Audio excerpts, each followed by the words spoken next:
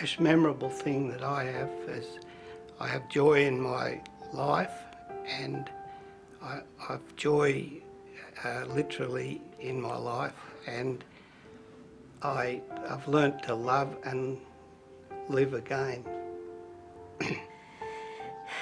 The most memorable thing that Bill has given me is my vibrator. Cut.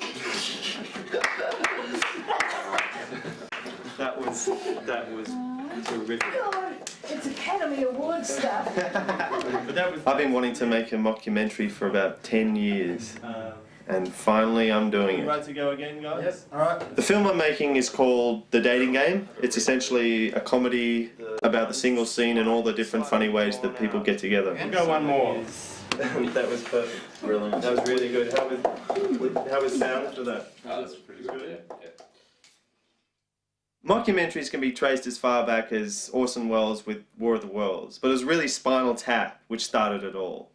Mock documentaries or mockumentaries look like real documentaries, so they use the codes and conventions of documentaries but for a fictional purpose. The mockumentary genre is not my favourite genre of film. I mean, it started off well with Spinal Tap, but since then there are so many bad ones, and I think half the time the filmmaker says, we don't need a script, we don't need decent actors, and we'll make the audience sick by spinning the camera all over the place, this handheld bullshit, you know, that I just loathe. So it's really not my favourite. Handheld bullshit. Is that what he said? Well, Peter Jackson, you might have heard of him, directed Lord of the Rings. He made a quite brilliant mockumentary called Forgotten Silver. So, you know, handheld bullshit. Shane, what do you think of Darren's obsession with mockumentaries? I think it's a little bit ridiculous, actually. He's just way too obsessed with them. What do you think about mockumentaries yourself? I prefer cats. I much prefer cats. There are 4 basic rules to follow to make a great mockumentary. The first rule is that the film should appear to be about a particular subject. But by the end, you realize that it's actually been about characters.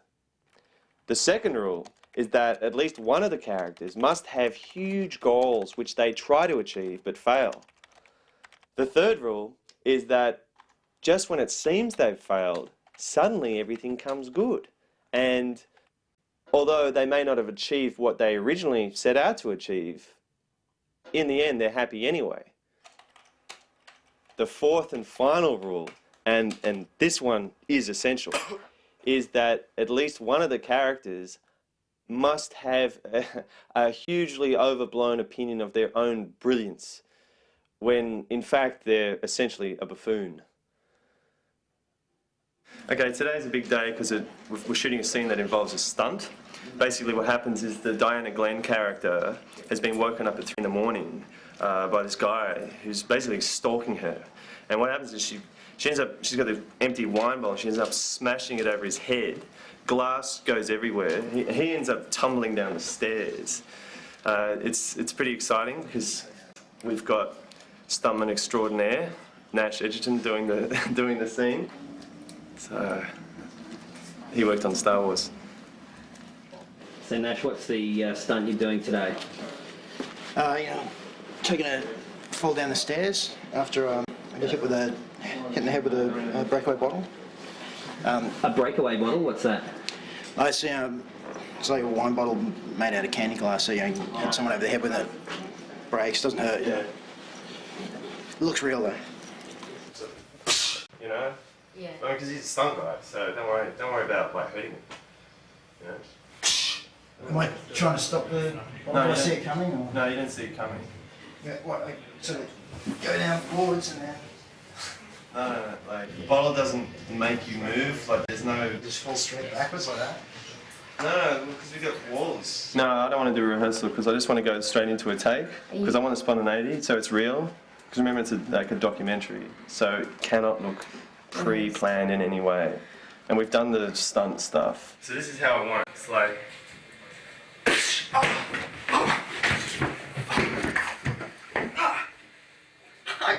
Turn it over. Speed. Okay, 71, take one. Mark it.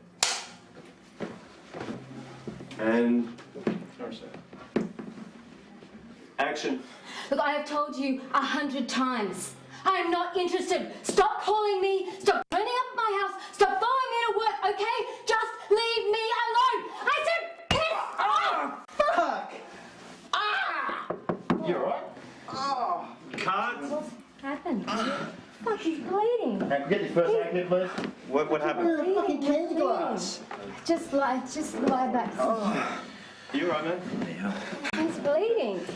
We got. Fuck was that? What happened to the candy glass bottle? It's a real bottle. What happened to the breakaway bottle? It's a real fucking bottle. Yeah. Can we get some ice in here, please? We got any glasses in there? Can you get some ice? Can we get some ice, please?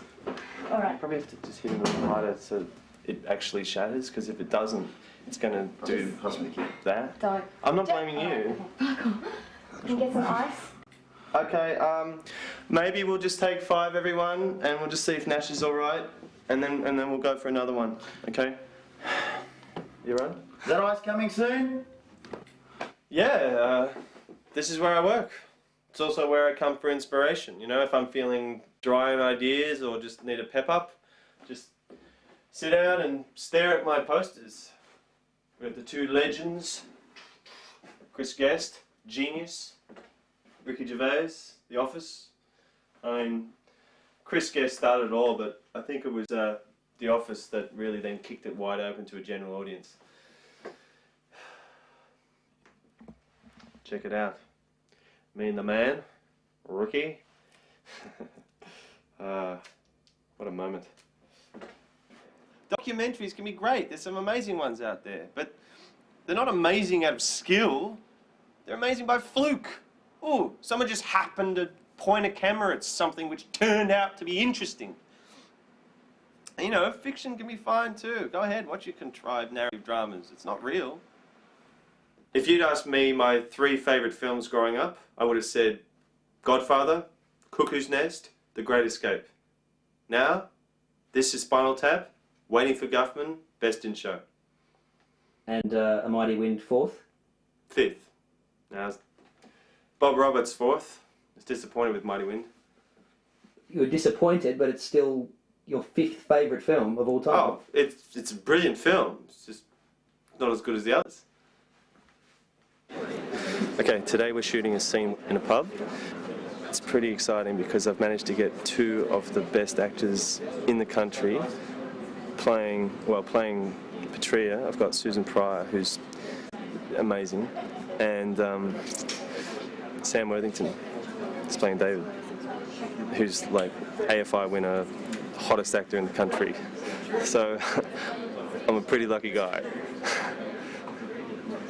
Darren basically got in contact with my agent, and I read the script. And so was it the script that attracted you to the project? Darren's just a very generous man, mate. I would say I'm an actor's director. Actors are my joy. I love working with actors. Without actors, you have no film, so... Do you believe in Jesus?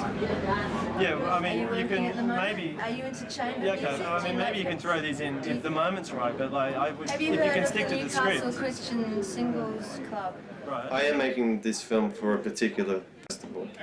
I better not say which one in case your film gets in and mine doesn't. I'll be devastated if it doesn't get in. I mean, making the film is one thing, but not if it's not much good if no one sees it. Quiet, base, baby. I'm going to shoot this rehearsal. There's a lot of competition with mockumentaries in short film festivals. In fact, I heard someone saying that they're getting a little anxious that there's too many mockumentaries. And, you know, bad luck. Get used to it, is what I say. I mean, there's going to be so many this year and twice that next year, and then the year after that, twice as many again. I mean, pretty soon there's just, all the films that are entered are going to be mockumentaries. What do you do now? Ban them, and you won't have a festival.